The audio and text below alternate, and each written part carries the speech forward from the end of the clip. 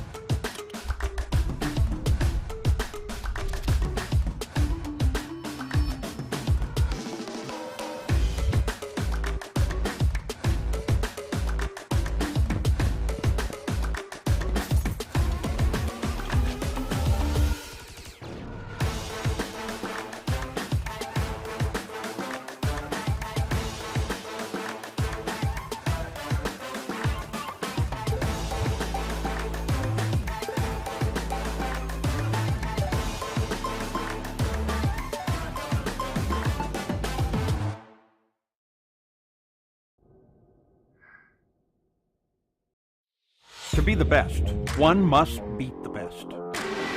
Ovals, road courses, the streets of iconic cities, race after race, the top sim racing IndyCar stars will battle it out. In sim racing, it doesn't get any better than this.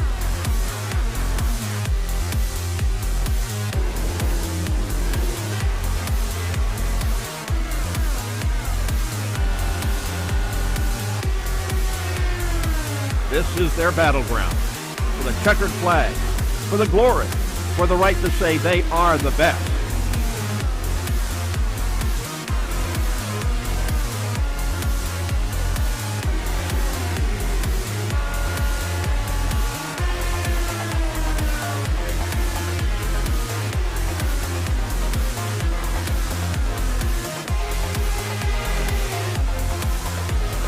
The cars and stars of the Lionheart IndyCar Series, presented by ButtKicker, are ready to race.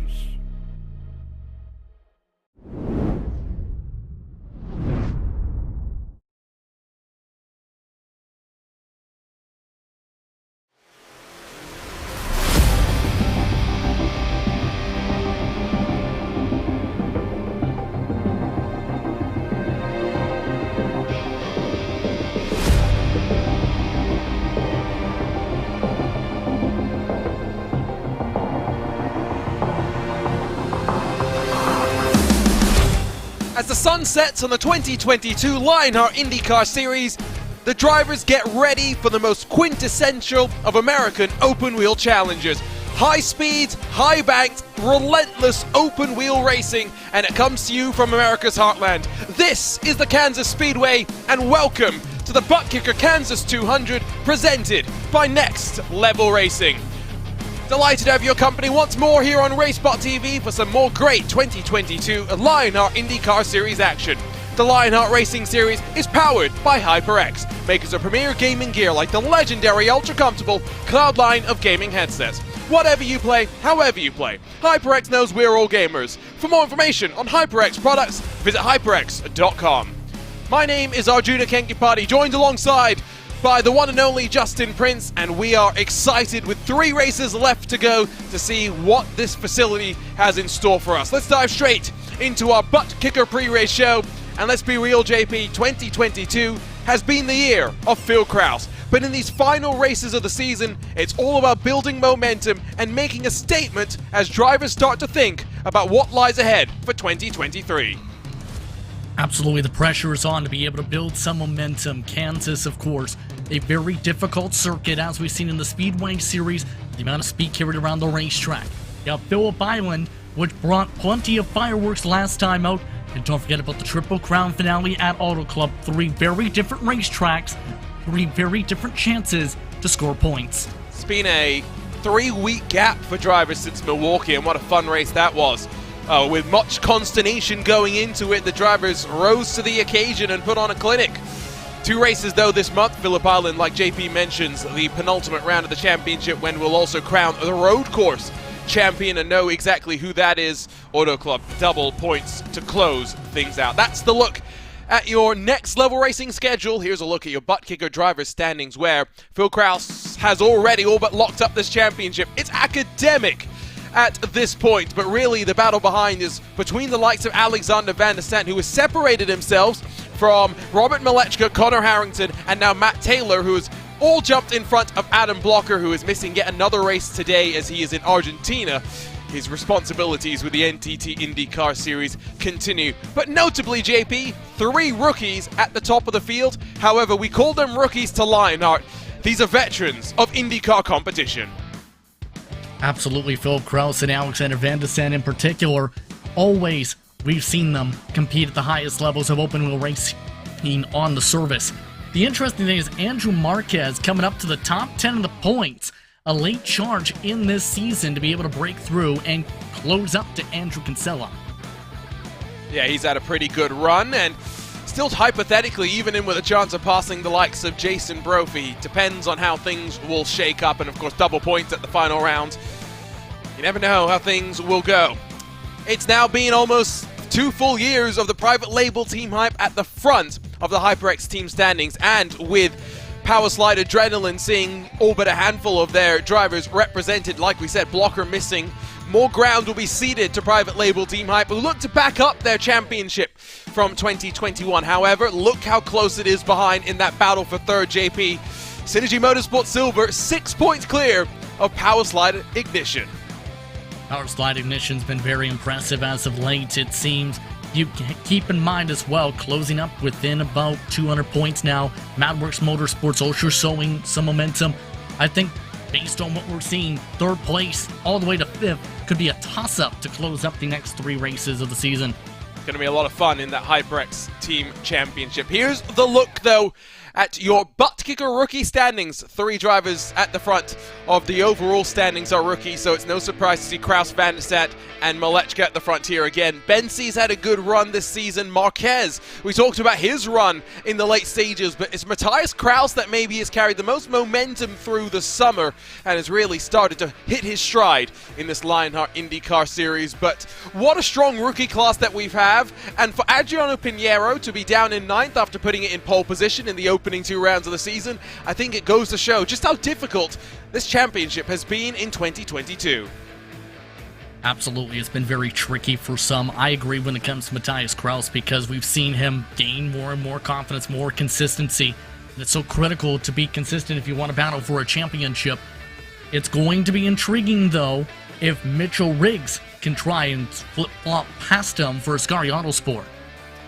Yeah, and I think there's plenty of excitement in this rookie field about what lies ahead for 2023 with a bit of experience now under their belts. So look at your Gomez Sim Industries series details as we work the 10th season of this Lionheart IndyCar Series. Of course, it's year 9 of the Lionheart Racing Series, and we're on the latest incarnation of American open wheel racing. We have the Dallara IR18 and a custom fixed setup built by RaceSpot's own Andrew Kinsella. Drivers do have in-car tools to play with as well. Cash and prizes have jumped from over 7,000 in 2021 to over 10,000 in 2022. Our champion walks away with a Gomez Sim Industries Formula Pro Elite Rim, as well as a next level racing GT track cockpit. But with that Triple Crown still to come, there are plenty of prizes still to come there as well. A new champion will be crowned with Adam Blocker ceding the title to Phil Kraus, but the team champions will continue in their place at the top of that HyperX Team Championship. Here's the rundown through your Moser Racing event details as the Dallara IR18s return to this Kansas Speedway after a 1-year absence.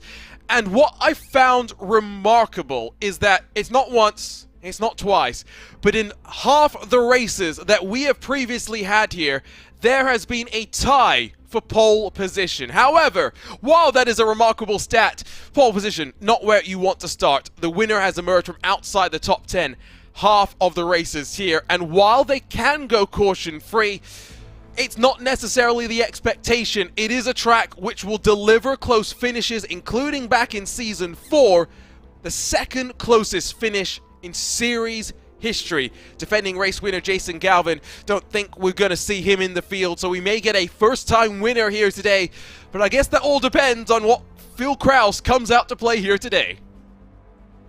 Indeed, and we talked about the difficulty when it comes to being able to win from the pole. Remember, strategy when it comes to this racetrack so critical. The fuel difference expected to be as high as 7 laps today, Arjuna, and for many drivers, that could be the difference between 2-stop and a 3-stop. And we've seen in the Speedway Series, the pole sitter wanted to lead much of the race, still did well, yes. But when it comes to the IR team, expecting a different type of race compared to the more packiness of the Speedway Series. So get a look at some of the action on track. JP mentioned the fuel window being quite large when it came to the fuel saving, and the reality is Lionheart races have this weird tendency to go caution-free. At least in 2022, but over the course of the series history, it's had a tendency to have cautions that develop few mileage races, close finishes of course as well. Notable highlights, anniversaries here today. Brian Carey was going to make his 75th career start. Not sure if he will be taking to the grid, so that may have to come at Phillip Island. Matt Taylor in the MadWorks Motorsports number 8 makes career start number 50. There have been plenty of anniversaries here across of 2022. You know, you mentioned no Carey tonight, but expecting to see things go well when it comes to Matt Taylor. He did really well here in Speedway Series competition. Expect him to be a contender. Of note, the practice times, the split between them about half a second. Only Josh Chin has not set a time. He's been focused on pit entry. Fitting for Joshua Chin in the private label Team Hype number 88. Number 93, excuse me. We're watching the private label Team Hype number 88 of Jason Brophy. Those who know will know. Let's see if we have more pit struggles for the private label Team Hype crew. Both Joshua Chin as well as Jason Brophy are susceptible to the odd laps when it comes to execution on pit lane. Qualifying maybe not that important here. I think track position and being able to put yourself where you want to be, JP, is going to be important. Going to be very critical, in my opinion. We've seen it play out that way in several races. We mentioned how big the fuel save is going to be for today. So in other words, you need to make sure you're in the right position, execute your strategy. If you want to be able to cut out a pit stop today, if you try and lead all the laps, there is a strong chance you can't make it to the end. So a lot of drivers going to be really tested in regards to their patience today. So we throw 5 minutes onto the clock for qualifying. Drivers will get 2 laps and the track to themselves for go fast time here. See how important it will be. No end-of-line penalties for today, so if anyone chooses not to qualify, that will be a decision that they have elected to make. Let's see exactly how it will play out. Cars beginning to roll out onto track, and one of the first is Matthias Krause. We talk about the run that some of these drivers have had in these recent races. Matthias Krause has been consistently in the top 10 since basically Mosport back in July. Yes, Michigan was a brief blip for him, but a handful of top 5s to his name, but consistently knocking at the door now. Now, looking solid to start off this qualifying session. It's worth noting several drivers elected to make their cars lighter with the fuel burn, with how quick these laps can be around this racetrack. Krause elected to go out on a full tank, essentially. You can already see just trying to paint that white line that's been talked about. We're in the first 15 laps. That is expected to be the line, but after 15 laps, expect drivers to get very tight. Now, will there be any apron usage? That's the question that I sort of have on lap 2. Don't think you'll see it on the opening lap. Krause now the only lap time on the board. 25.233. We'll see where it stacks up. If you're curious about qualifying records, well, that was season 4, 24.777. That, though, with the Dallara DW12. Kraus finds a marginal improvements, 400th of a second, still on top, with Riggs, Lanini, and Hacker all now punching in times. Let's see if they find speed on lap 2. I find it very interesting. A lot of the drivers, it seems on the first lap in particular, some of them electing to stay up to the white line rather than use the banking as a ramp to set up the momentum the second lap. But the apron is being used by some drivers here in qualifying. Chris Lanini, top of the board by 100th of a second. Yeah, I get the distinct sense that they're just going to tumble the lap times bit by bit. Now, Joshua Chin, one of the first, you'd say, major contenders to get his qualifying done. Bombers back to the top with a 25.027. Joshua Chin with only a 25.078. Get the distinct impression that Joshua Chin has not showed up with much practice for this one, and that is why the focus was on the pit lane entry. Jacob Oster will wind himself up now in that factory back to number 82, crossing over from the Lionheart Speedway Series on a partial run at the end of 2022. 25.015. He'll get pole by a full 100th of a second. Good qualifying run. He does have Brandon Treno and Brendan Lichtenberg on his box tonight, so a lot of encouragement for Oster in this one. Frazier's been solid in qualifying throughout the season. He didn't really improve, though. A 25.1, one of the slower second laps. We have a lot of cars on track. Harrington, Van der Sant, Kinsella, Bensi, Taylor, Brophy. We'll see how they stack up in a moment. First, it's Graf. Very slow lap 1, by the way, for Connor Harrington. Not sure if that's indicative of trouble. Graf will punch in a 25.085. See where that will net him. Here, though, is Connor Harrington building to the line. Now he needs to get something on the board. Badeford to 6th, Harrington to the top. Looks like that first lap was a game plan to be able to try and build up the momentum and build the tire temps to the perfect window to be able to set up the time. Jason Brophy, I think you need to keep an eye on too. Wow, sorry, I got lied to by the timing and scoring on the graphic there, which stopped with a 24.95, 5 thousandths, but it is Harrington on provisional pole. I think the only drivers we still expect something from include Alexander Van der Sant, who is winding up now for his first lap in qualifying. Matt Taylor, one of the others, maybe Phil Kraus as well. You mentioned Taylor had some success here in the Dallara DW12. And solid in qualifying, not that great here today. There is something to note here as Van der Sant might be able to get the time in here to close out.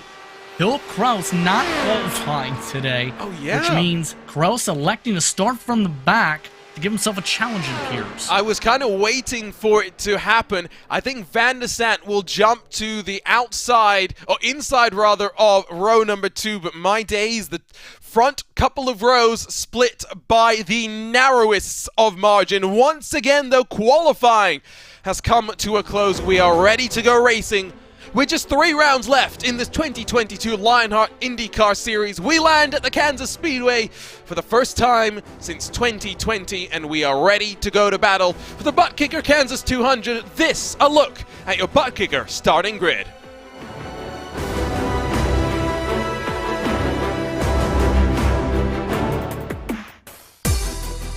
So it will be a private label team hype 1 and 2. There is no tie for pole position this time around. It is the 7th pole for Connor Harrington in his Lionheart IndyCar Series career. Alexander Van der Sant and Jacob Oster 3rd and 4th.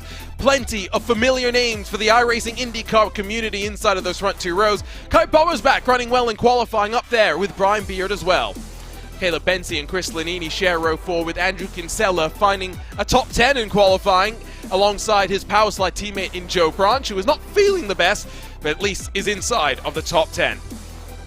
Ron Hacker and John Badeford will share row number 6 with Marquez and Chin 13th and 14th. Mitchell Rigg rolls off in 15th spot alongside with Tyler Graf, Bradley Sexton and Alex Scuyon behind them. Bookending the top 20, Matt Houston, Stefan Larkamp with Adam Frazier and Matt Taylor 21st and 22nd. Matthias Kraus, the final car with a lap time on the board. Phil Kraus will roll off in 24th alongside the likes of Lionel Calisto and Luis Gonzalez Nunez. Plenty of drama then, at least when it comes to Philip Krause, who will have to carve his way through the field. A very different situation to what he's experienced 11 times this season, and in the last 3 races starting at the very front of the field. As the field gets ready though to roll off of pit lane, we've got featured onboard cameras to run you down through, and let's start with Matt Taylor, who carries with him Extreme Scoring, your complete league management software. Visit extremescoring.info. Next Level Racing on board tonight, carried by Andrew Kinsella.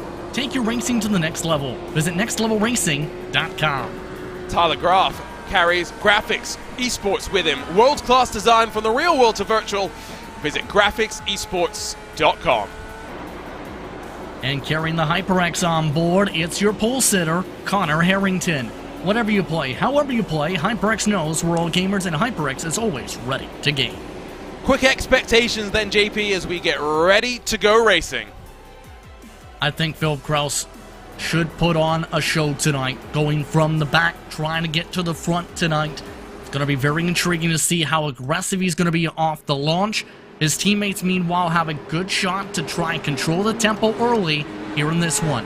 Competition, commitment, excitement. This is Lionheart, and as we head into the final stages of 2022, it's time to go racing once more at the Kansas Speedway. It's private label Team Hype 1 and 2.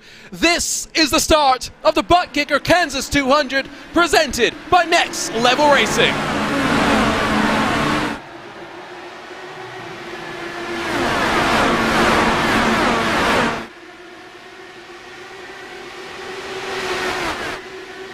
High speed, high intensity, it's going to be all out there for these drivers for 134 laps. Jason Brophy hits the front, and I think the reality is maybe no one will want to lead here, with fuel saving being at the forefront of drivers' minds. Wouldn't be surprised to see the swap draft between your top 2 runners in the early going. Try and work as a team to dictate the pace. That's what they're doing. Brophy that time taking the high side, Harrington the low side with the swap. See how congested it is in the back of the pack. Josh Chin has already lost a position on this race start, trying to stay out of trouble. Andrew Marquez will slide up the track and clear himself in front of John Baderfer for a moment. The Alpine Stars geodesic racing machine trying to fight back. Jason Brophy has had a major issue, lost a whole bunch of momentum on the outside line. Connor Harrington now builds a 0.6 of a second advantage. And that does not bear well when it comes to the strategy game plan, when it comes to private label Team Hype. Oster essentially just took advantage, passed him on the inside. Everybody else choo-choo trained him. And now there goes that tempo of control. Harrington is on his lonesome by half a second from it. It's a little bit, of course, busier in the heart of the action. 2 wide, 2 rows deep. Kinsella, Bensi, and then Lanini and Branch throw the blanket over them. Riggs and Hacker side by side as well. We said maybe it wasn't going to be a pack race, JP, but you've got to get through these early stages and then let the tires start to fall off. Yeah, expect the top line to be the preferred line around lap 20 or so based on the trends coming into this race. You can already tell, though, the snake being utilized by some of your top runners to try and break up some of this momentum, be able to keep up towards the front, maintain that track position. I think Jacob Oster has something to prove here today, JP. His limited runnings so far in this Dallara IR18 have not really shown the caliber of driver that we have come to see from Oster on RaceSpotTV. He is very capable, and like you said, with Brandon Traino, Brendan Lichtenberg on the box with that alliance with Team I5G, doesn't get much better in terms of advice for young Jacob Oster. Absolutely. Oster up 2 spots so far. Brophy starting to gain back some of the spots, it appears, trying to at least battle with Caleb Bensi. But keep in mind, we expected some drivers to slice their way through the pack. Already a couple plus 4s amongst the top 10. Marquez in particular, who's in the middle of that hornet's nest. This is where fortune favors the bold. Right on the ragged edge. Jason Brophy pinched down low, and on lap 7, maybe not yet at that crossover point. Getting closer and closer, that is for sure. We've closed up to your race leader as well, so not exactly sure what the plan now will be for those through the field. Let's see if we can pick up, by the way, exactly what happened back to Jason Brophy here because I think we're very curious as we grab a look at the RaceSpotTV replay. Yeah, it looks alright through 3 and 4, but then you start to see some of the aggression build up. You have Oster off the back wing. Oster in turn gets a great run, gets some slipstream, dives underneath to be able to follow Van de Sant, and the whole bottom line just freight trains him. Talked about how important positioning was going to be. Now look at how Bomber's back cleared himself on Jason Brophy, and then he had to really start to stymie the bleeding. So plenty of drama. Now Brophy very much in the hornet's nest, and 10 laps into this, it still has not splintered up momentarily 3 wide with Kinsella losing out. Brophy and Bomber's back will work their way forward, but there's a nervous tension in the air, that's for sure.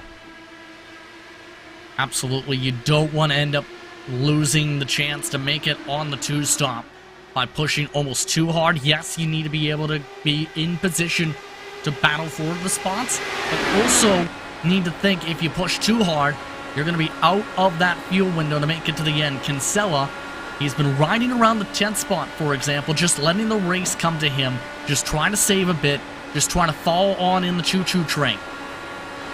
Look at how he's just trying to put some clean air onto the nose of that Dallara IR18. Now, remember, Kinsella builds the setups, but by no means does he have a competitive advantage. I think that is probably the most major thing to talk about. They are side by side at the front of the field. Brian Beard is now +4 and in second, looking for +5 and the race lead into turn 3. Will the top line be the advantage now for Beard to utilize? See that momentum starting to build up. Harrington still has the preferred line before the crossover. Bomber's back, trying to follow that top groove currently. Doing a solid job to be able to keep himself top 5. Let's talk quickly weather conditions here. Not that warm, 23 degrees Celsius in the air, 39 on the track itself with some cloud cover to speak of. It's the wind that maybe will gust and cause a variety of issues for the drivers. Beard builds a bit more momentum on the outside line, and you can see just how checked up the inside has gotten behind Connor Harrington. 4 cars stacked up on the high line behind him, and Beard still maintaining the outside. I think Beard at this point wants to take over this race lead, wants to do it on the high side. Oster already in position for the transition. A couple other drivers, though, taking advantage of most of the field, moving to the high side. Marquez in particular, still making the bottom line work, up 9 already. Lap times at around 25.7s now. We've lost half a second relative to where we started this race. Still a hornet's nest. Bradley Sexton started in pit lane. Is he regretting that choice? In danger of going a lap down if we continue at this frenetic tempo. How long can it last? Well, remember, we've gone caution-free in the past here before. You do have to go back to season 6. The last time we were here, JP, 6 cautions played itself out. Yeah, there is the chance for attrition pop-up. Speedway Series competition in particular is the best example of that. Last year's Speedway Series race at Kansas, where the leaders wrecked down the back straight away. But when it comes to this race so far today, a lot of respect being shown, a lot of clean space being given. No major squeezes quite yet. Everyone just pacing themselves on the strategy. Want to mention, though, Philip Kraus has gone nowhere. He's stuck in 23rd still. Well, I think when you see the field not breaking up like this, maybe there is something to his call of just not qualifying and trying to stay out of trouble. Matt Taylor down low with Tyler Graf, Madworks Motorsports versus that Graphics LC entry. Some separation starting to build into turn 1. I think that's the furthest in front that Brian Beard has been so far today. And while by no means is he in front out of turn 2, this may be the chance for him to clear Harrington for the race lead. He's been so close a couple times already. This time, not able to fully clear yet again. He just prefers to run that line, just doesn't have the draft to be able to pull fully on by. And in turn, checking him up a little bit here in this 25.7 still. AJ Musselman in the YouTube chat chiming in to say that maybe Connor Harrington running in a reduced fuel map might be a good way to preserve some of the tires. Quick look then as we see Bradley Sexton after starting in pit lane at the very tail of the field and 15 seconds adrift of your leaders. After debuting at the end of 2021 in Auto Club and our season finale, he's had a quiet run in 2022. And like I said, for plenty of these rookies, JP, they're just looking forward to see what they can use out of this year to continue getting better. Now, Sexton a fair bit behind the pack. He has 14 seconds behind. But the main emphasis we've seen from Sexton a couple times is try and keep it clean, try and stay out of trouble. He started from the pits a couple times this year. I think I have an explanation, by the way, JP, for why Kraus is at the back. On one hand, I can show you how many laps of practice Phil Kraus has done for this race. Well, that's going to be a major playing point of this, absolutely. And explains. Again, reality is it does not matter. Phil Kraus, one hand on the title, just waiting to coronate himself basically when we get to Fontana and the final race of the campaign. But at least he's still out there. Good to see. Although his streak of podiums is very much, I think, in threat of coming to the end. We'll have to see how much he can fight. 22 laps in the books and still no separation between the two cars fighting side by side for the lead. At this point, I think the main emphasis is ride, ride, ride. Put yourself in the right spot for when the pit stop window opens for you today, and then execute that said pit stop. It's going to be so critical, I think, for so many drivers in turn to make sure they nail that pit entry. Otherwise, take them right out of contention for this race. A look from up above as Jason Brophy tries to send it to the inside of Jacob Oster. Love these views from up high to just see the lines being taken as drivers just try and navigate their way through the maze of dirty air in front of them. Best drivers have a knack for finding their way forward. Movers and shakers, left side of the screen. You can pick that one up and you can see Briggs and Marquez inside of the top 10 have worked their way forward. So was Brian Beard. Kalisto's plus 11. Handful of drivers, including Tyler Graf, -8 for him. I think he's doing the definition of riding at the back. And not the best of races, to say the least, for Tyler Graf. He's improved his qualifying in Speedway, but he struggled in qualifying in this series, this season. Really costing him a lot of ground. Chris Olnini, meanwhile, who started off qualifying well, -4, trying to hold off some big movers. Matt Houston, Lionel Kalisto on the charge behind him.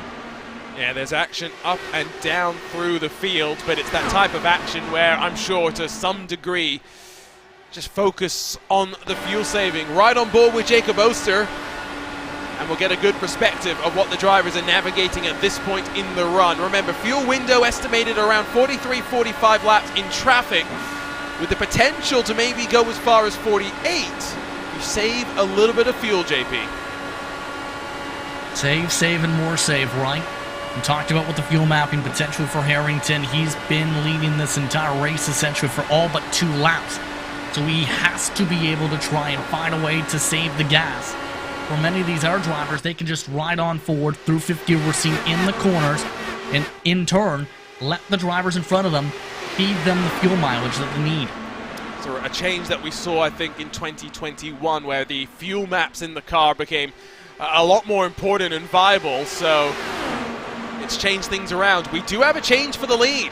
Brian Beard will lead at the line, and Connor Harrington has settled into line in second place. Honestly, I think Harrington doesn't mind losing the lead here. Beard has made it clear he wants to lead. He's been trying to clear on the outside all race. Already looking quicker down the straightaways compared to Harrington despite the draft. So Harrington just executing by allowing the drivers in front of him, in particular Brian Beard, to just pull him around the racetrack. Now will Van der Zandt want to work his way forward? Harrington looks to the inside, now may compromise him and allow Van der Zandt to get to the outside, but he's just a bit too far behind. And again now, side by side for the race lead as we get ready to put 30 laps into the books. If you pit on lap 45 and pit every 45 laps after that, you will have to make an additional stop compared to those that are able to go potentially to lap 47. So keep that in mind. That is why fuel saving will be paramount in the heart of the pack. Brian Beard has maybe just elected to go full pedal to the metal and gamble on cautions flying at some point. But I just think back, JP, to how this year started at Homestead, Miami, a track where it had never gone caution-free and drivers were worried about the prospects for the race. We went caution-free. Yeah, fuel mileage races have been the constant throughout this season, especially more so last season with these green flag to checkered events. And for many of these drivers, they know they have to be in that window if they want to be on the winning strategy. Looking like Harrington, though, still having to deal with side-by-side. Beard still not backing down on the high side. Bomber's back just allowing both of them to drag him around the racetrack. It's definitely not as intense as it was maybe 10 laps ago. Tires are starting to fall off, but maybe not as fast as drivers were expecting.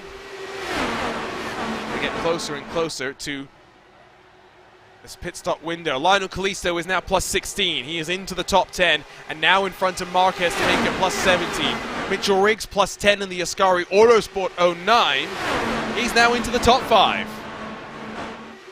And there's that aggression we talked about. Kalisto didn't have the best of qualifying sessions, making the most of it, putting himself in the conversation for when the pit window opens up here today. Could say the same thing for Mitchell Riggs today, inside that top 5. Right now just in the popcorn seat, seeing how things are breaking down in front of him. Don't forget that maybe undercuts will play a part in this first cycle of pit stop strategy. What do you think is the right call? The best thing about racing is you can try something different. You'll find out if it works come the checkered flag. Oster's slide backwards continues, at one point challenging for the lead, now trying to hold on to a spot in the top 10. Kalisto in front of him. Marquez will be up next. So looks like he's dealing with a lot of aero wash. Marquez, perfect example right here. Oster tight off the exit, and in turn that will force Oster to have to lift. Opens up that bottom for Marquez.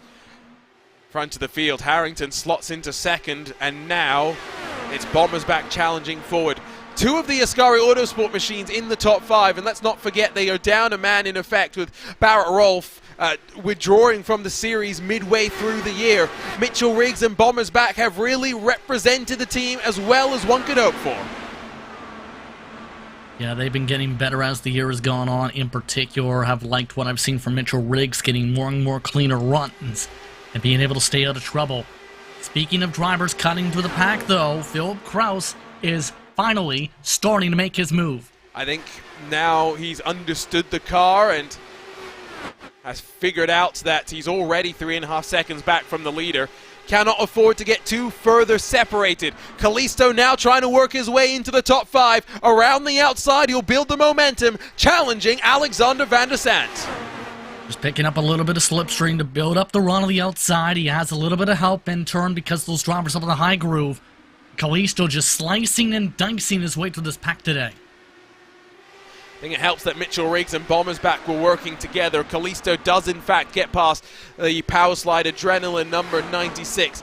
More and more the tires are wearing, and I do think we're just now getting a sense of how many drivers have been saving in the early stages, not just fuel, but the Firestone tires as well, JP. Just over the radio, Brian Beard has indicated he'll need to pit in the 5 car, and that was the concern with how aggressive he'd been trying to lead this race. He is the only driver to signal the need to pit here, and in turn has not saved too much this entire run. Look how treacherous it is getting off the banking as you roll yourself down to pit lane. Doesn't look like any major drama for Brian Beard, who becomes the first to pit from the front of the field. Bradley Sexton had come in the lap before. You can see him, I think, there, rejoining the track. Now, does Mitchell Riggs dive to pit lane as well, or is he just diving down low and grabbing the race lead? I think for the first time this season, Mitchell Riggs will lead a lap at the line. Solid move to the bottom. I think he just wants to be able to lead laps here, be able to get himself up on the board. He knows he's been quick today. He and Kalisto, two of the drivers absolutely to watch. Bombers back into the wall, I think there, JP. I think he got away with that. Correct myself, it's the 21st lap this season that Mitchell Riggs will have led, but I think we're going to get a flurry of pit stops underway shortly because there's more and more separation building on track. Yeah, that separation building quickly with some of the side-by-sides, and now we're reaching that point. We're expecting things to spread apart as this run gone on tonight, and went on tonight, should say. In fact, the top 13 have broken away from the back half of the field. Here's a look at the replay. Yep, you can just see, I think brushes the wall, but I do think JP, he gets away with it. Gonna have to see in terms of the pit stop lane in case he needs to change the wing. That was something drivers struggled with a bit in practice. Aero wash tight off of turn 2. It's Kalisto coming down because he's diving down low. We're on to lap 44. Kalisto slowing down, so he will dive to pit lane, and Harrington will chop in front of him. Aggression on pit entry, but that is where the best will make up time. That was a little bit close for comfort, though, Arjuna. That was so close to contact. But you said it there. The top drivers always try and send it hard into the pit lane. It can be the difference of 2 to 3 seconds on the racetrack. I think we need to grab a look on board with Lionel Kalisto's vantage point at some point through this, because my days, how does Connor Harrington have the confidence to stop in time? And to be fair, Kalisto does bobble off of the apron. Harrington was playing with fire. Very much so in terms of how close that entry was, as Mitchell Riggs is now in. Of no, Bomber's back indeed, getting lucky. Did not have a wing change on his pit stop. It is currently cycled behind Kalisto. Harrington will come out behind Brian Beard, and 1.3 seconds back from Brian Beard, as Betafer will be the next to dive to pit lane. But drivers are hitting that lap 47 number where they can cut out a pit stop if we go green to the end of this race. Jason Brophy and Alexander Van der Sant at the front of the field. Phil Kraus is up to 4th now. It was talked about by some, keeping an eye on things. He might have been trying to save hard and then charge through the pack. Guess what? He's in a prime position to take advantage of strategy. Brophy just indicating he's coming into the pit lane this time. Some drivers really pushing this pit window up to 48, 49 laps already. And to give context to where Kraus is, he's now in front of Joshua Chin by 2 full seconds. That is a remarkable job from Phil Kraus. It's what we expected, even if he's got limited practice. Here they come, pit road bound. Jason Brophy followed in by Van der Sant, Chin, Taylor, Kinsella, and I think Luis Gonzalez Nunez. But that car is going to post-race inspection. Phil Kraus works lap 49. Curious to see how far he pushes this pit window, looking like he's shuffling through the gears.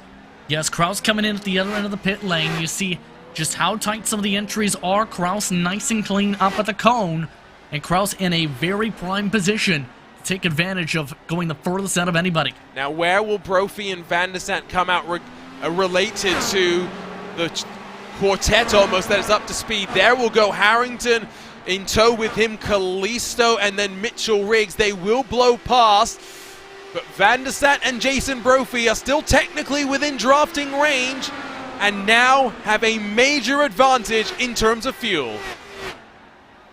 Hearing that Betafer picked up a speeding penalty on his pit entry, the only driver in the field to pick up a penalty. Well, as a result, the 67 has lost 2 laps with that penalty. But you see just how far back Kraus is now.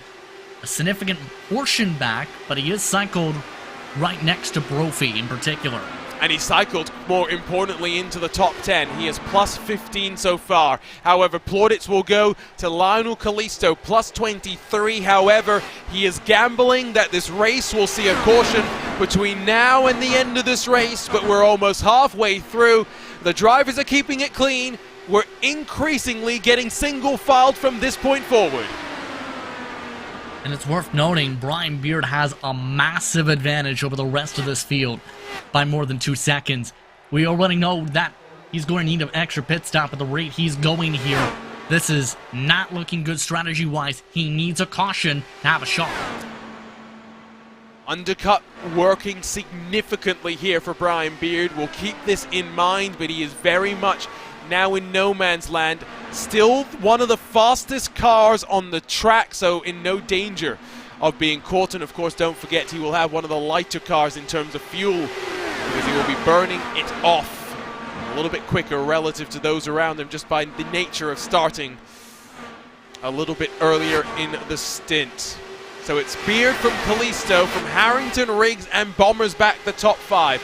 Now, with all due respect to all of those names, except for Harrington, those are 5 drivers that maybe you would not have expected to have been this dominant this early in the race. Yeah, that's a solid point because we haven't seen too much in terms of race lead pace from some of those drivers this season. But when it comes to a track like this, some people can execute, some people can find the right strategy, some tracks just click the way it's worked tonight. Yeah, no, that is for sure, and that's, I think, as well, coming to the end of the season with a lot of these drivers now feeling a little bit more confident, up to speed. They are pushing just a little bit more. Not yet at the halfway mark of this race, but we've been caution-free so far here in America's Heartland. It's round 20 of the 2022 Lionheart IndyCar Series presented by ButtKicker. This is the ButtKicker Kansas 200 presented by Next Level Racing. Don't go anywhere. The run to the checkered flag coming up next on RaceSpotTV.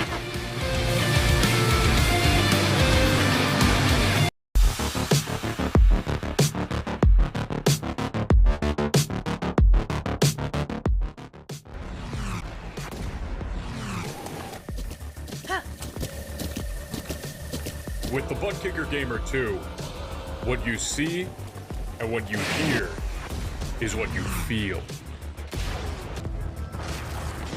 ButtKicker, the future is feeling.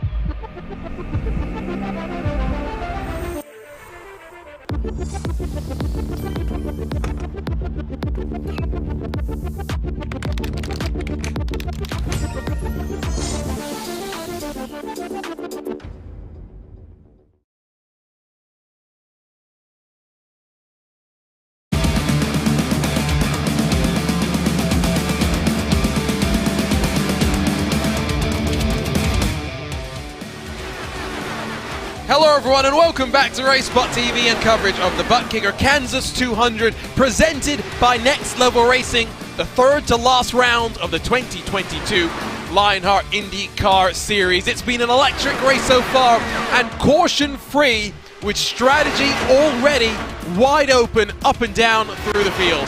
My name is Arjuna Kankipati, joined alongside, as always, in the RaceSpotTV commentary booth by the one and only Justin Prince. And Justin, what an electric race that we've had so far. Yes, Brian Beard leads by almost 4 full seconds, but the reality is with his car needing a lot more fuel than the rest of the field to get to the end of this race, it is very much, at least for now, in the hands of Alexander Van der Sande, Jason Brophy, and Jacob Oster. Yeah, those drivers having a big chance to save gas in the heart of this pack compared to Lionel Callisto, who leads this respective group. And that's going to be the major difference mark, potentially, if it stays green the rest of the way. Who's going to be able to execute on the right strategy is the biggest question on everybody's minds right now. And it's going to potentially come down to the final moments of the race to find out who can make it to the end on gas at the rate we're going. It's going to be a lot of excitement, and while this race had the potential to be a fuel mileage race at the very start. It was dependent on the race going green, which it has done for 64 laps and counting. 70 still to go. Brian Beard, lap by lap, by the way, JP, is just pulling away at the front of the field. Over the past 10 laps, averaging 0.2 of a second quicker each time around in that 5 machine. Pretty clear he's in full charge mode at the rate he's going. He knows that he can't make it on the 2-stop. So it's pretty clear he's trying to gain as big of a buffer as he can, see if he can gain the time back later on in this race. So as it runs, Beard, Callisto, Harrington, Benzie, and Riggs, the top 5, Bombers back, then 6th. But of those that have been able to extend the stint, longest of them all, it is then behind them that Alexander Van der Zandt leads the train of cars. There you can see the stint length so far for the drivers. It's Van der Zandt, Brophy, Oster that all came down together. Then Phil Krause actually came in 1 lap later, but 1 lap here and there is maybe not as significant as track position may prove to be over the course of this race. Your leader already, though, JP, on to lap 27, and they went 40 laps in the first stint, the shortest of the entirety of the field. Yeah, I really don't like the strategy if it goes green for Beard, I'll be honest. But I've been liking the strategy indeed for Van der Zandt, for Brophy. Yes, they're a fair bit behind, but they are in the main pack of those saving gas. They're sacrificing the time now to be able to make sure they're good to go to battle for this race win. Been impressive, to say the very least, some of those drivers in the heart of the pack. Still have to give credit to Philip Krause to be able to move himself into this conversation as this race is going on after being so careful early. It's been a good run so far for Phil Krause. Now he's got to convert that. Oster in front now of Brophy. Van der Zandt in front of Riggs. So the cars that came down last maybe starting to try and get some track position and work their way and shuffle their way forward. It's Van der Zandt looking up high. Yeah, Van der Zandt looks like he just wants to go a little bit, maybe try and leapfrog through the traffic. We've seen this a little bit, Arjuna, at the back half of the first run, where some drivers really started to put the pedal to the metal. It's looking like Van der Zandt feels like he might be getting held up here. I don't know if you really can call it being held up necessarily, but I think there is maybe some wisdom to Van der Zandt trying to do this. I think the goal is that when the rest of the cars come down pit lane, JP, in about 15-20 laps time, if Van der Zandt can put a few machines between him, Oster, and Brophy, maybe he can break away as they dive down into pit lane. And Alexander Van der Zandt is known for his ability to execute when he gets it right. Sometimes you just want to leapfrog the furthest up through the pack expected. So far, so solid when it comes to Van der Zandt, absolutely. Van der Zandt, just like Bradley Sexton, who we talked about earlier, one of those that debuted at the end of 2021 in our season finale at Auto Club. Impressed right off the bat as well, and now we're on 2nd in the championship, and we'll look to solidify his lock on that one. Still, of course, with Phillip Island to go, and I think that's a real wild card, JP, because it's so set up dependent in so many ways. So it's all going to depend on what the drivers are given and how they make the most out of it. We had a really intriguing race last year, albeit with minimal passing at the front of the field. Remember, Philip Krause tried the alternate strategy, almost made it work in closing stages. But in the end, Colin's strategy ended up being the quickest strategy with the track position when it came to the battle between Blocker and Krause during Krause's early stages in this series. I think it's absolutely going to be a challenge, I think, for Island, of course. I think it's going to be even more challenging, though, to be able to compete with Philip Krause because, well, he's got an island. I'm just saying, by the way, when it comes to this thing about Phil Krause building houses at Phillip Island in particular, stay tuned for this season finale. We've got some intriguing things ready to go. Less than 60 to go, so we are nearing that point where you can make it with no more stops. Give it about 12 laps time, and you will see the likes of Van der Zandt thinking about that final stop of the race. He will need to work a little bit more. Van der Zandt has now put both the Ascari Autosports teammates between him and Jacob Oster. Oster, like the last run, just really struggling in the back end. The car seems to be getting tighter and tighter when it comes to Oster, now getting freight trained by Jason Brophy. And that's been the major difference, Mark, in some cases. Some drivers really struggling when it comes to how tight the cars are getting at the end of these runs. In-car tools will play a factor, front and rear anti-roll bars to stiffen and loosen it up at each end. Give you a bit more turn, a little less turn, depending on what you need, given what your tires are doing. The weight jacker to load the car across the lateral weight, so the ability to really make the car spin itself out loose. And importantly, especially at a track like this, JP, where it's so fast and furious, you, as always, have got to be on top and proactive with the tools rather than reacting to what you're feeling. Great point, because if you end up, say, forgetting the tools or just focusing so much on the situation at hand and you end up forgetting to make the adjustments as the race goes on, we've seen drivers plummet through the field the second they have to deal with aero wash and don't make that adjustment in time. The question mark is, will the adjustments they've made through those in-car tools be enough in some of these circumstances? And it's critical to know exactly which numbers you need for those strategies. Love the sound of horsepower down into turn number 1. 6 seconds the advantage at the front of the field. Brian Beard is, well, I wonder what the call may be here for him. He is due onto pit lane in a lap or so's time. He's doing a great job of at least maximizing the strategy that he is on, JP, which is really all you can ask for. Yeah, but he's looking at a final pit stop around lap 120. There is no way Brian Beard makes it to the end on gas. I don't even think he's going to be able to have enough of a buffer to be able to try and hold on to the top 10, since the pit delta is about 35 seconds today in the lane. Yeah, I don't know. I think he is indeed coming in this lap, slows himself down. Hopefully no drama for Brian Beard in that number 5. It's now Callisto that picks up the point. Harrington, Bensi, Van der Sant, then Riggs, the top 5. And to the point I was making earlier about Van der Sant thinking about trying to build some separation, JP, look how much separation he has built to the green machine back in 7th.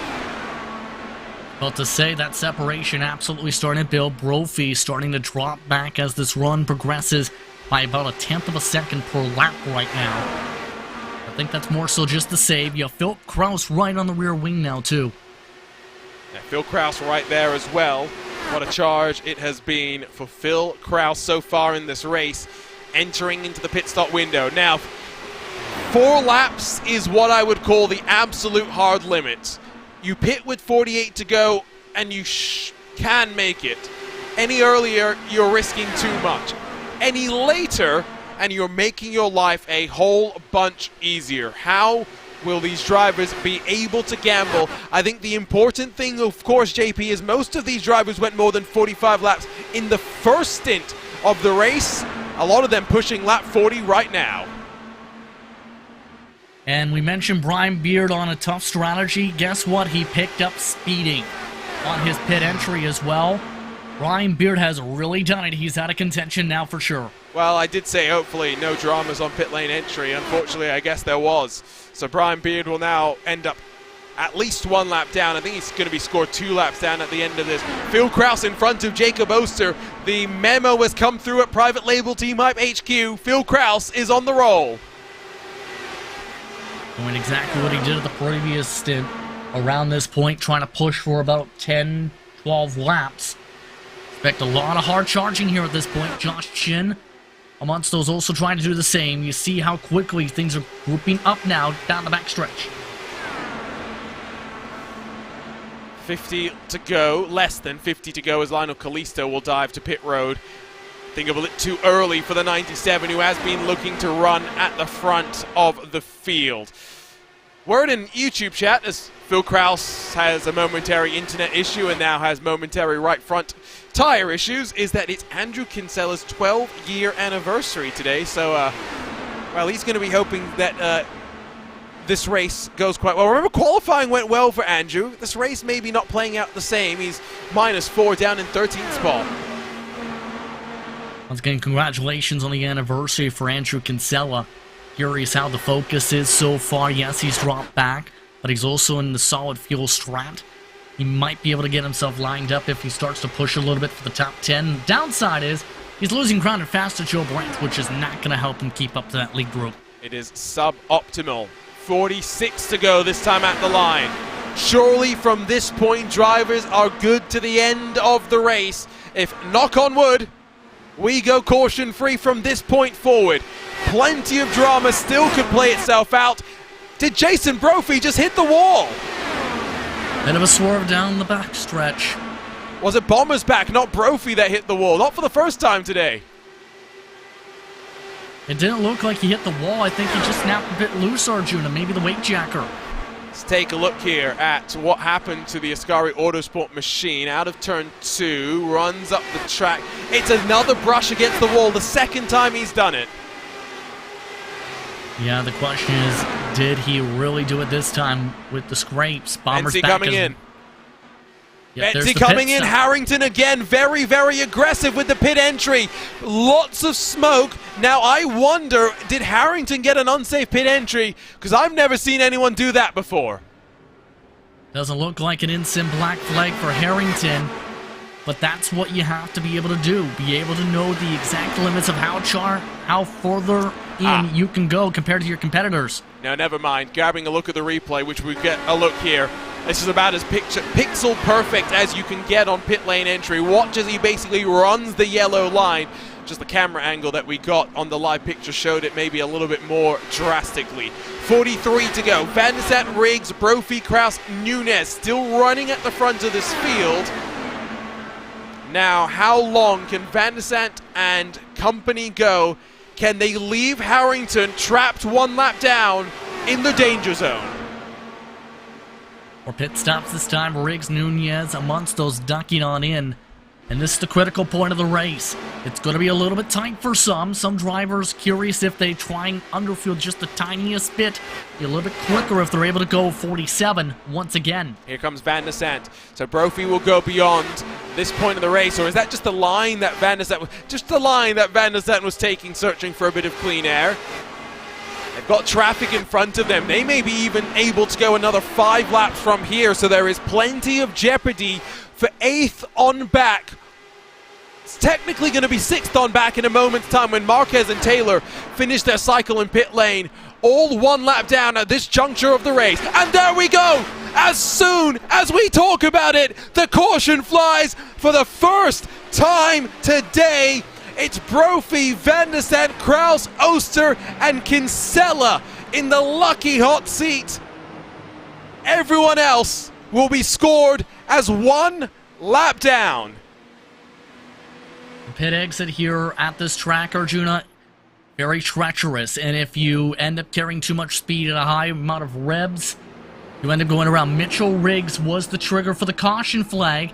He had been doing so well in this race, but he's now thrown it all away with a major mistake in the pit lane that triggers this caution to make sure drivers can get to the end. So we'll see if we can pick this one up, because I'm very curious how this ended for Mitchell Riggs. And boom, right there, off of pit lane. And now, where does this issue... Oh my days, just bumpy, bumpy, bumpy. And yeah, that is as clear a cut caution as they will ever come. A car sliding up the track. It does not get more obvious than that. Watch from up above, JP. Yeah, just try to carry too much speed along the bumps. Try to go the short distance around the bottom of the racetrack. Right there, hit some of the bumps for the infield road course. And that is enough to trigger the first yellow flag of the night. And they do say that cautions breed cautions. Race off a pit road. Van der Sant in front of Brophy, Kraus, Oster, and Kinsella. Now, yes, the field will get their laps back. However, the complexion of this race has changed. With now limited fuel, those 5 cars that have dived down pit lane will be as close to the perfect number as they can get. Everyone else will be carrying a bit more, trying to burn it right now. Basically, it doesn't get much more of a perfect situation than what it is for the 5 at the front. Yeah, this has played out perfectly for those drivers. Van der Sant, Brophy, Kraus, Oster, and Kinsella. And sometimes You just need to be lucky to be able to be on the right strategy. Guess what? They got extremely lucky with the time at the caution flag. Now everyone going to be bunched up. Just 10 drivers on the lead lap with the wave arounds. See exactly how it will play out once we get to that 1 to go lap, and then the field will cycle their way around. Still waiting for the lights to go off, though, before we can get that one. Should, I think, be the next time around. So get your popcorn ready, and JP, get strapped on in, because cautions breed cautions. Fresh tires for the field, and now a less than 40 lap dash to the checkered flag. And those able to pit under this caution, I think, can be the most aggressive out of anybody, absolutely. They are in the prime position to be able to pounce here. The drivers on the wave around. Marquez, I think, is in a good spot. Kalisto, not so much. Matt Taylor's in a decent spot. Harrington's in a row. All divided in terms of how is this going to... 22 drivers taking to the lead lap with the wave arounds per race control. So 38 to go, will be 36. Last to first challenge for Phil Krause. That is not going badly. He is up there in the 3rd position right now.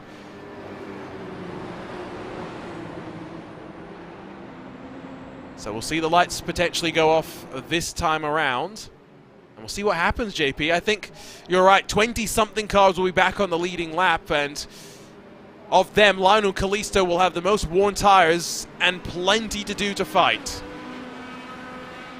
Absolutely, this should be wild. So there we go. Wave around starting.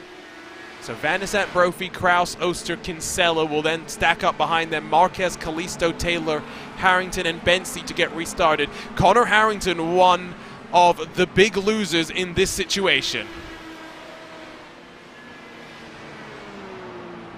All the way back to 9th with this.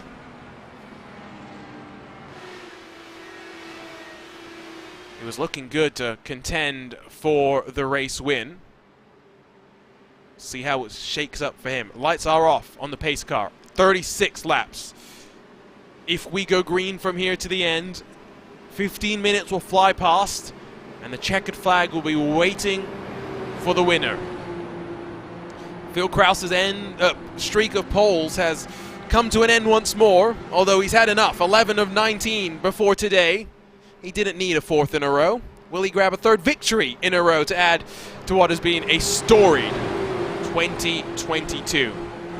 Pace car off, and the field in control of Alexander Van der Sant. With Brophy and Krause behind, we go back racing here at the Kansas Speedway.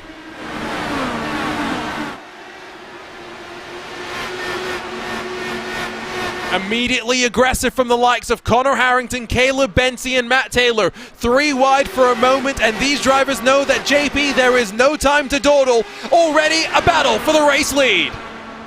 They have to go. They have to dive it. The aggression right there. Can Brophy forward clear to make contact? A little bit of contact, but crucially, 4th and 5th split now by 1.2 seconds, and Jason Brophy's got big issues down through the apron and back up the track. Somehow he saves it, but the caution does not fly, and Brophy drops outside of the top 10. Brophy not going to be happy about that, losing all types of track position, but here comes Krause. He's looking hungry.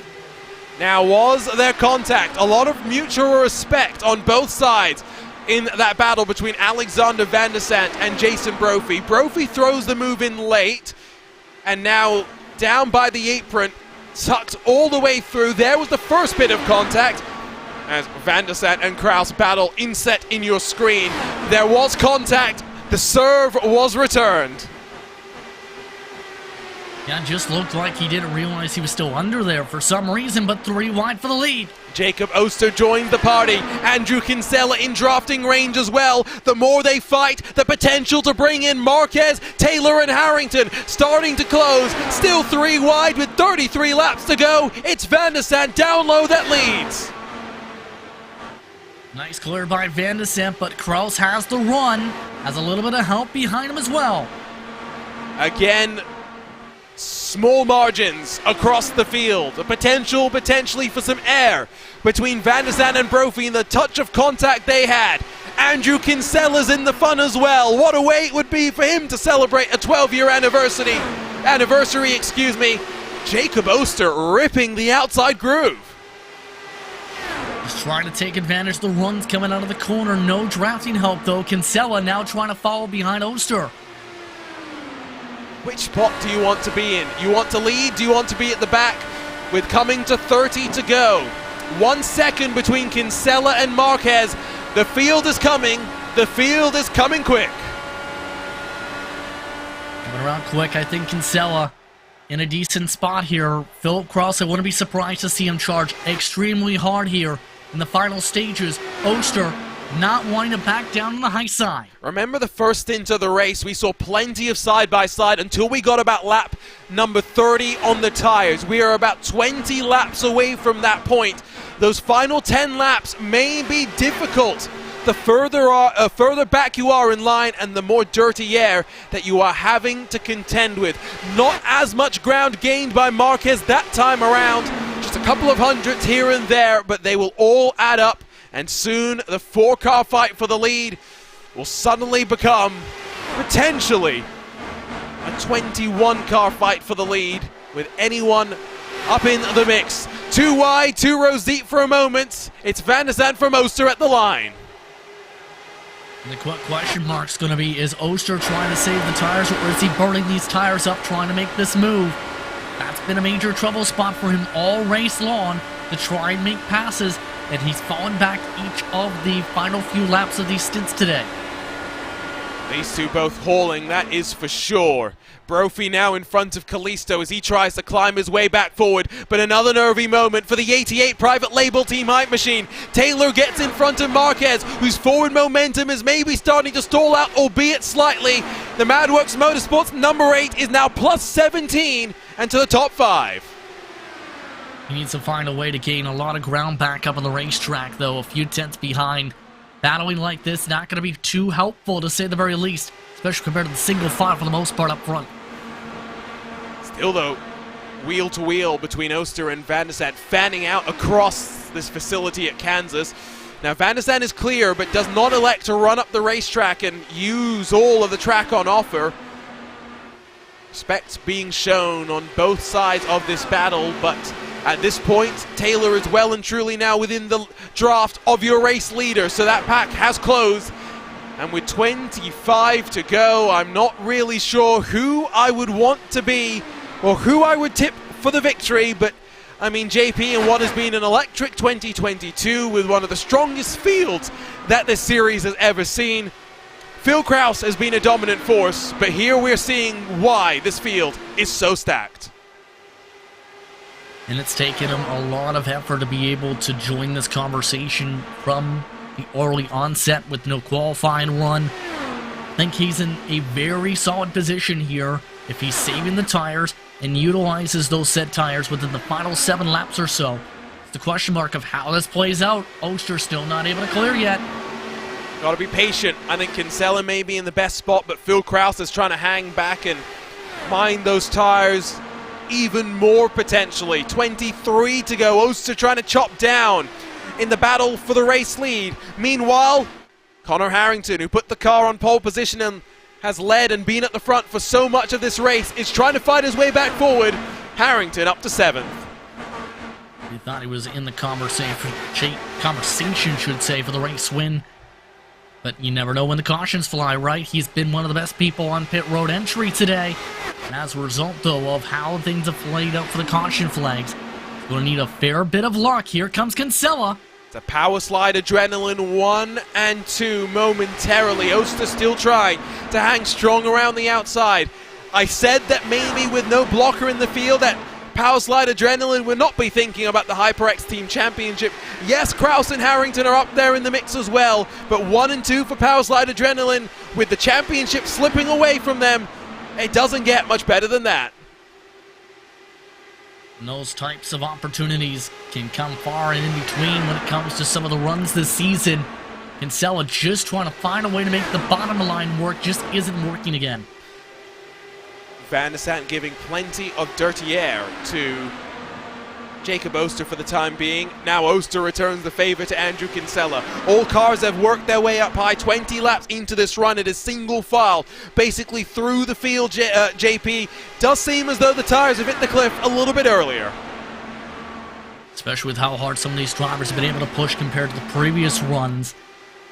So expecting a lot of the weight jacker being utilized at this point, especially in the heart of the pack, to be able to situate. Can you get a run? Can you make things work? Kinsella preferring the top line for clean air. AJ Musselman chimed in to say that he was hoping if he would, he'd be saving his tires for those final 6 to 7 laps. Could you afford to save your tires for the final 6 to 7 laps if it's strung out like this? Remember, this is the home of the second closest finish in series history. It's still shaping up to be a blockbuster to the line. If you're within about a second or so, I think there's a chance. If you're behind that second, I think you need to close out that buffer. There's just not a lot of time, not a lot of chances to be able to work here. The wind, keep in mind, starting to play a factor. More and more gaps building between those top two and those behind. Kinsella maybe losing a car length here and there. Matt Taylor not going full Ross Chastain just yet. Will we see any driver go with the video game strategy to run themselves to the line with a new damage model? I don't think you'd want to try it in these open wheel behemoths. Winding up with 16 to go. Just the one caution so far today. Single file at the front. Matt Taylor has slowly worked his way to 4th, and he continues to look forward. Van de Sant just trying to hug the bottom of the racetrack, try and block off any chances, not allow any slipstream towards the wall. Here comes Taylor, though, on the charge. Kinsella had the opportunity to block the move, but didn't fight it too hard. Will just use the outside to maintain his position. And now here comes Phil Krause, looking to the inside of Matt Taylor, and in through turn 1, the championship elect driver will challenge for 4th spot. Krause now feeling a little bit of footsteps behind him. Taylor, we've seen it work several times for him throughout the season. He's been able to find the right lines in the aero wash, a little bit of a scrape there. Was that Connor Harrington? Was that Lionel Kalisto? Did not catch. But at the front of the field, still Van de Sant from Oster from Kinsella. Holding strong as that 41, has not given up the spot to Krause or Taylor just yet, but you can see just how hard those two drivers are working, although for the time being, working on one another. Still, the top two not fighting too hard. 13 to go this time at the line. Krause just can't find a way to make any ground, it seems, right now.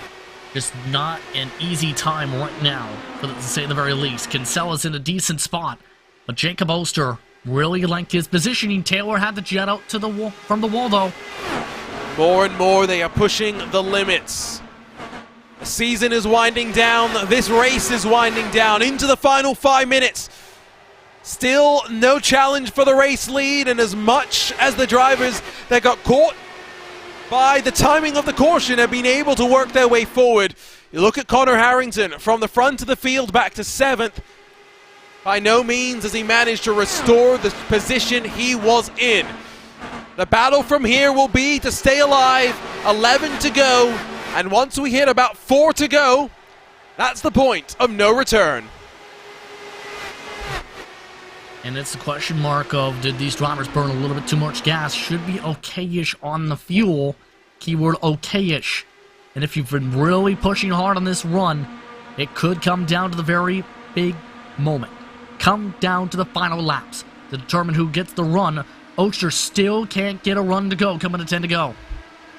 10 laps to sort this out.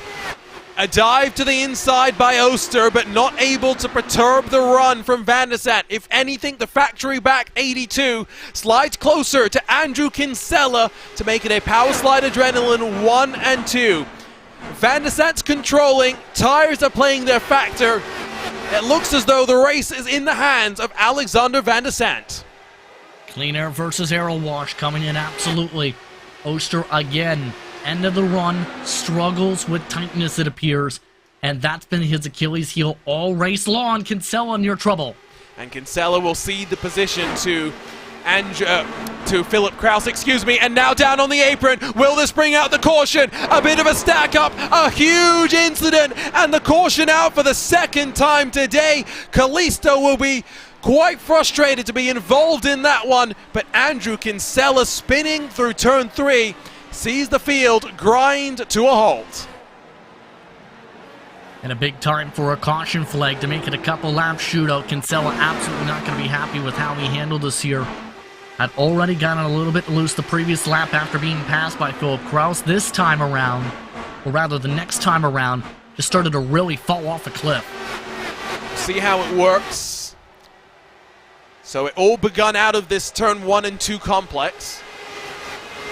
So we are setting up for likely a 4 to 5 lap shootout. There's contact, isn't there? Yeah. Kinsella's instantly got a broken right rear. I don't think there's much that he can do. And so by the time he turns into the corner, you'll see it steps out on him. That's why he ducks below the apron. And from there, a chain reaction that sees Lionel Kalisto run over as well. Not really sure what you could have expected different drivers to do differently. Let's jump on board with Phil Kraus, though, and ride from his perspective. You see potential contact. He's got the run on the high side. Gives the lift, gives the hit. As you mentioned, breaks the tire. And it looks like Kinsella doesn't realize the tire is broken until right about here when it just whips around. There would be no indication it was broken until it was broken, is the sad reality of that situation as well, to just put it into the context. Let's pick up what happened to Lionel Kalisto very quickly, because I think his car was so damaged that he had to instantly basically retire from the race. Was around Taylor, was around Harrington, and so the smoke will go up in front of him, and it's just Harrington up the track that fires Kalisto into the wall. Racing incident, though, if we're being fair. Yeah, Harrington was just trying to pick a hole on the outside. The run was coming for Kalisto, just bad timing for Kalisto in terms of that flick up the track. So we set ourselves up to shootouts here at Kansas. Handful of cars pitted. Bommersback, Branch, Graf, Guyon, and Fraser. I think they were expecting more to pit. So Kite Bommersback, from fighting inside of the top 5, now finds himself down in 16th spot on a single file restart. I do have a question about how much damage there is going to be on Connor Harrington's machine, because that was a pretty big whelp of a contact that he got in that moment with Kalisto. My question is, how bad is the front wing with the contact from the right front tire and the right rear tire? It looks like there might be a small bend on the wing. iRacing gods have smiled on him, to be fair. It's not as bad as it could have been. I mean, not the best angle from here. Not the best angle from here, but I don't really see too much damage on that. Shootout time. Think we'll get the lights off next time by, so it should be 4 laps. I still find it very difficult to see anyone displacing Van der Sande at the front of the field, but we know that Jacob Oster will give it his all. Yeah, Oster has to find a way to peel Van der Sande off the bottom, I think, if he wants a shot. The top line just hasn't worked out to fully clear alongside unless it comes down to a drag race. So if for Oster, he has to be able to get the run out of turn 2, peel Van der Sande off the white line. Remember, this has got a bit of a knack for close finishes in this Lionheart IndyCar series. Not just the second closest finish back in Season 2, the tied second closest finish with Christopher edging out Joe Hassert in Season 4. But then back in Season 6, it was 5 thousandths more of a margin between what we saw in Season 4, Dan Guerin in front of Connor Harrington. Kansas also the 21st, 26th, and 39th closest finishes and series history, and the one that was not so close was 0.6 of a second. Lights are off on the pace car, so 4 laps. How aggressive will we see Oster go? That's one question. Does Phil Kraus just try and ride this race out to maintain the streak of podiums that he continues to get on? I mean, if the opportunity presents itself, don't be surprised to see Kraus take it. But in the case of Oster, I think it comes down to, does he have the tires? Does he have the ability to get alongside Van der Sande and clear? It will take a lot of effort for Oster to get this done. Prediction time, JP. I'm throwing you on the spot. Who comes out on top as we get ready to do this with 4 laps left to play? I like Van der Sande's position. We've seen him handle the clean air well. We've seen him dictate the pace well. It's going to be difficult to pass him. Leading laps has not always been a guarantee of victory, but Van der Sant has dominated the closing stages of this race. With 4 laps still left to go, can he do it to grab another victory in the Lionheart IndyCar Series? He'll hold the field and hold them as long as possible and cause a stack up in the back of the field. Caution flies. Has Alexander Van der Sant just won the ButtKicker 200 at Kansas? Big drama immediately on the restart. And not how you want this race to potentially come to a close here. And Van der Sant now absolutely in the position, just, wow. Clumsy, clumsy, clumsy. We'll grab a look from up above, and we'll pick this one apart if we can, slow it down if needed. Doesn't look as though the field is changing speeds. I'm going to place some of the blame there on Andrew Marquez, just from that view that we had from up above. Looked like he was trying to time the run, and then by the time that he realized the field was going, he then stacked up a little bit more, and you'll just see. Yeah, almost like when he hit the brakes, just snapped him around, and then it causes a second chain reaction right behind him. And again, these are chain reactions. It's not just one driver that will take responsibility here, but you can just see Joshua Chin was trying to stay as close as possible. Behind, there's almost a separate incident that unfolded. We were so focused on what was going on in front of the field. Yeah, once again, just try to play a little bit of games here to try and battle for spots. There's the checkup in the second part of the group. Cars lifted off the ground, and around goes the back half of the field. Yeah, so 2 separate incidents. Now, I'm not sure, will we go racing once again or not? 3 to go, with the lights still on, so it'll all depend on whether the lights are on next time by. It was a long hold from Van der Sant. Well within his rights to do, though, JP. And we should make that very clear. Leader dictates the start, and we've seen how he dictated the start, stacking the box, trying to prevent the runs from coming from behind. And now, it's a question of, do we get a one-lap shootout, or is this race done? I think what he would have been thinking about as well is just trying to make sure there was as little opportunity for Oster to have closed, and for hopefully Oster to be thinking more about those behind than those in front. So, can understand the thinking for Alexander Van der Sant. It is not necessarily played out the way that he would have been hoping it to. So we'll get the indication here. Is it a one-lap shootout, or are we going to finish under this caution? The lights will determine on top of the pace car exactly what we do. It was a great race. Let's not mince our words. Caution-free for the opening half. 3 cautions in the back half of the race. Lots of drama and lots, I'm sure, of debriefing to be done across of the paddock. And as they cross the line in view of Barney the flagman, the lights will stay on. This race is officially official. A solid job and solid strategy towards the end for Van der Sant, with the track position able to take advantage of the caution flags. What a solid drive for the pack, though, as well for Philip Kraus to be able to get another podium. Yeah, what does Phil Kraus need to do to not be on the podium? Not make the start? Not make the start. I did find that fun fact rather interesting, by the way. Remember, there have been 3 ties for pole position here at Kansas in the past. 2 of them involving Jake Wright. One of them did involve Chris Lanini back in Season 8, by the way, and Adam Frazier in that time. Not so close in qualifying. I think we were shaping up for what would have been a rather interesting finish to this race. I see a bit of chat going on our YouTube chatter about leader's responsibility when it comes to the finish. I know I'm going to be called slightly biased as part of Powerslide Motorsports, but Alexander Van der Sant does nothing wrong. It's his choice when he wants to pick up the throttle and go. It's the responsibility of those behind to make sure they leave enough room and don't cause the big stack up. It's not how we would have wanted this race to end. It will end under caution. It will be Van der Sant in front of Oster, in front of Kraus. And while Jacob Oster might be a little bit frustrated that he didn't get the opportunity to fight his way forward, JP, in just his 3rd start in the series, he grabs his 2nd top 5, his 1st podium, and we know that for Oster, he just sometimes needs some luck for things to go his way. He did a solid job this race. Again, fell off a lot in the final 10 laps of each of the runs, but just in the right place, right time for the timing of the caution flags, as we mentioned, to be in the conversation for the race win. Just needed a chance for it to go green to have any shot to try and send it underneath Van de Sande.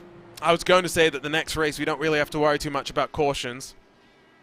And then I remember what happened at Watkins Glen when we got the caution on lap 1, the automatic caution by iRacing on road courses, but hopefully it is not going to be an issue this time when we head to Phillip Island. Very excited about that one. Philip Kraus will be looking to return to his winning ways in this 2022 Lionheart IndyCar Series, because what a remarkable run it really has been. 11 poles, 11 victories to speak of as well in the 19 races so far.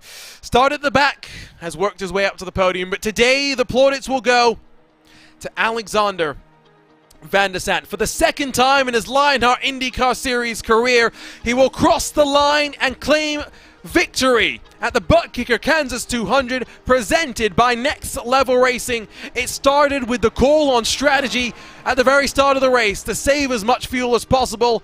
Van de Sande executed that strategy perfectly, and while cautions bunched the field up, Van de Sande kept his cool and emerges in HyperX victory lane.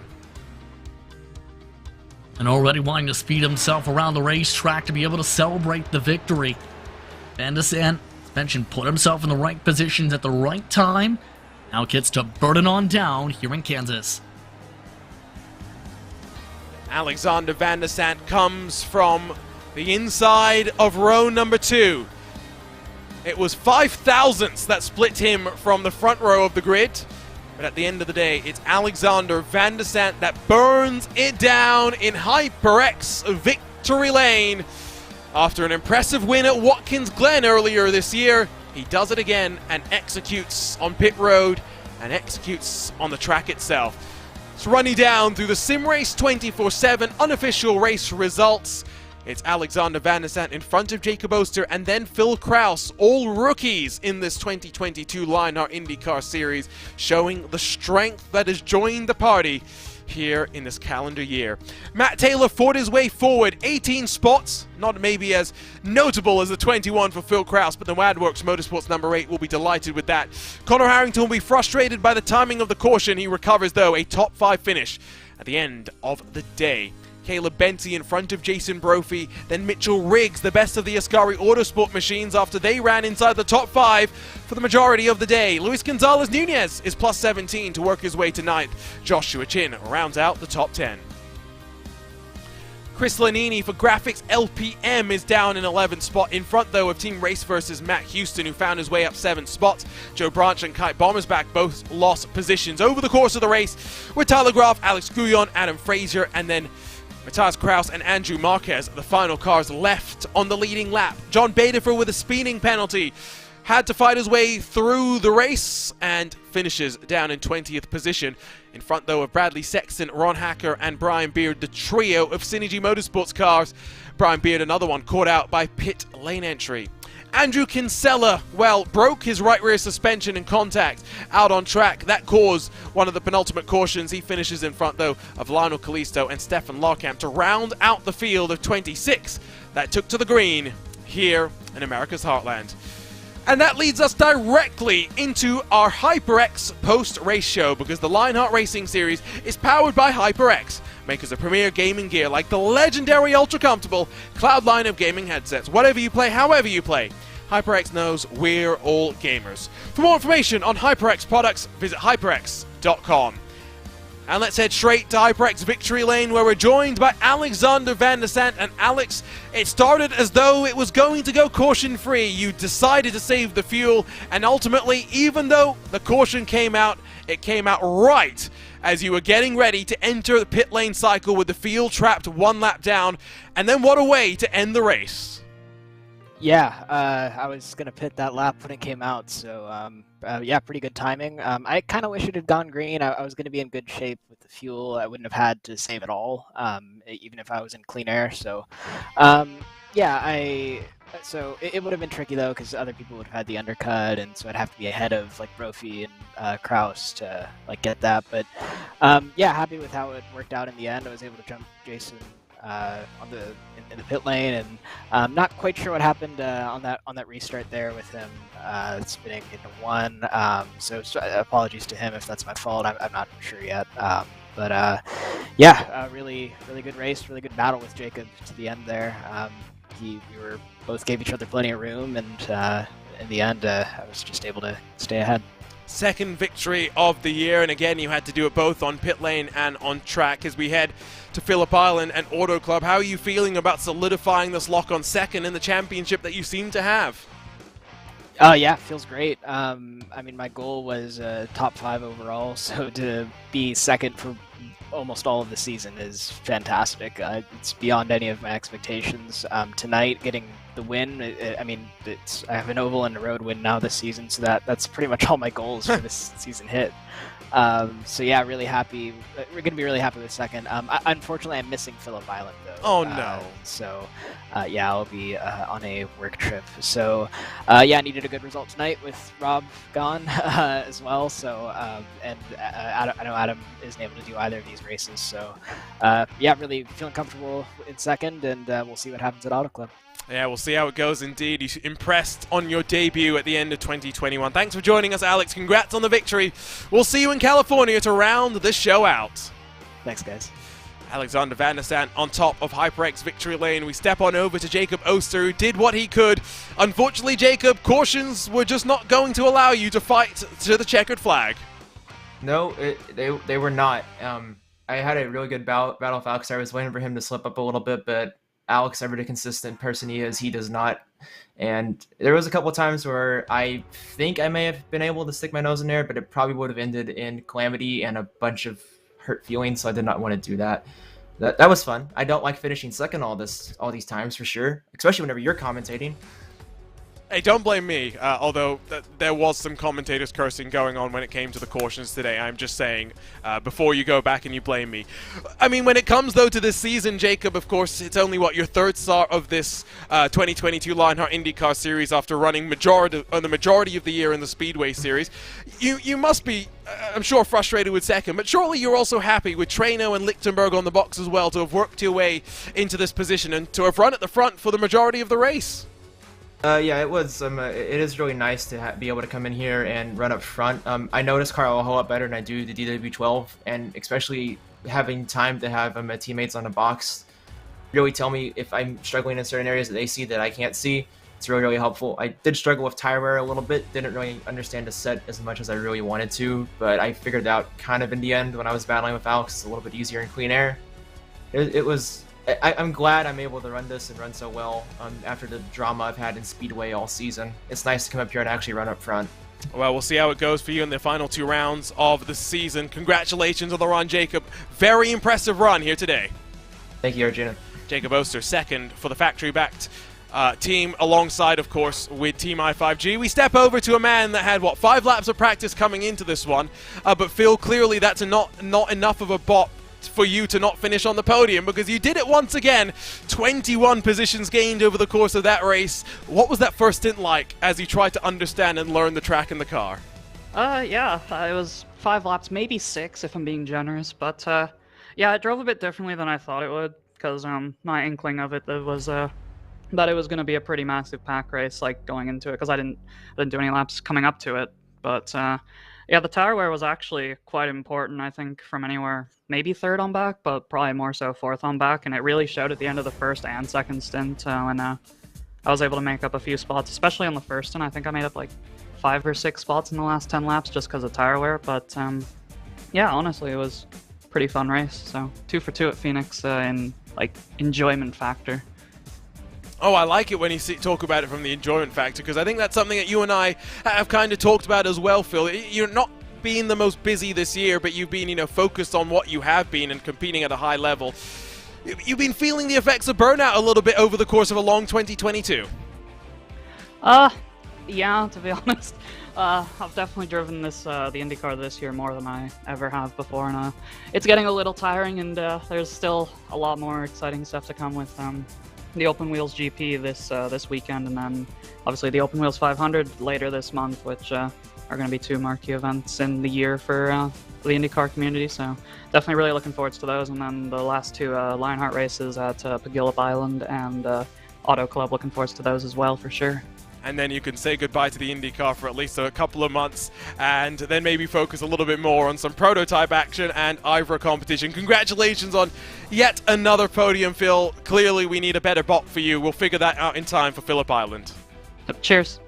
I think next time we just don't allow Phil Krause to join the session. Simplest way of bopping him, don't let him race. What a year it has been for him. But I mean, despite the frustration that I'm sure some of those drivers feel, JP, at how the race came to an end, still a very fascinating one, and gets me excited for now the final 2 rounds of 2022. Yeah, Phillip Island going to be a thriller in case of who's going to be able to come out on top of the road course. We've seen how many drivers try and figure themselves out with the strategy. We've seen attrition come into play a couple times at the facility. Can Philip Krause build another house at Phillip Island? Here's a look at that facility. Not sure if Adam Blocker will be racing, but he has just come back from a trip where he watched the MotoGP race from this legendary facility. It's fast, it's flowing, not much passing last time. Strategy played its factor. That, of course, on November the 16th, the penultimate race of the season. It is also the final of our road course round, so we will know exactly who is going to win the road course championship once we finish things up at Phillip Island. But before we get there, we finish things up here in America's Heartland. And Kansas Speedway was expected maybe to be a pack race. It was not as bad as maybe drivers had feared. Before we say goodbye, we say thank you to those that make this possible, starting with the title sponsor of today's race and the 2022 Lionheart IndyCar Series. You're passionate about sim racing, but it always feels a little flat compared to the feeling of driving a real car. Now you can actually feel what it's like to drive a race car. ButtKicker haptic hardware and software are easy to install and let you feel every bump in the track, slip of your tire, and engine redline. The tactile feedback is so accurate and realistic, you'll be driving faster and having more fun than ever before. The Lionheart Racing Series is powered by HyperX, makers of premier gaming gear like the legendary ultra-comfortable Cloud line of gaming headsets. Whatever you play, however you play, HyperX knows that we're all gamers. For more information on HyperX products, visit hyperx.com. Next Level Racing is an industry-leading cockpit and motion simulator manufacturer while creating the most immersive experience possible for the global sim racing community. Take your racing to the next level and visit www.nextlevelracing.com. Moser Racing is revolutionizing sim racing with the development of industry-leading hardware and software products, like their R9 direct drive wheelbase and GS steering wheel. Featuring zero-delay wireless technology and made from high-end materials, Moser Racing delivers the precision you need to reach victory lane. Gomez Sim Industries are makers of high-end esports equipment and controls, precision built using nothing but the best materials available today. Passion and handmade craftsmanship drive each made-to-order build, creating a drama experience like no other. Visit GomezSimIndustries.com. And it's not just them, but so many more. To learn about the partners of the Lionheart Racing Series or the 3 competitions the sanctioning body puts forward, head over to LionheartRacingSeries.com while you can stay connected on social media to the latest news from the world of Lionheart. Still a handful of races to go in this 2022 Lionheart IndyCar Series, but the year as a whole is coming to an end. The year for 2022 and Lionheart Racing Series is also coming to an end. A week off for these drivers before they go racing once more. However, before they go racing, both the Lionheart Retro Series and the Lionheart Speedway Series get themselves underway. Importantly, though, it is the Gomez Sim Industries Championship 200 presented by ButtKicker on November 14th. Catch the action here live on RaceSpotTV at 10 p.m. Eastern, 7 p.m. Pacific as we crown a champion in the Dallara DW12. For now, though, we bid you farewell. For the team at RaceSpot, for myself, Arjuna Kankipati, alongside the one and only Justin Prince, we bid you farewell from America's Heartland. We'll see you next time from Phillip Island in the land down under, where Phil Krause will look to continue his momentum. However, today is all about Alexander Van der Sant.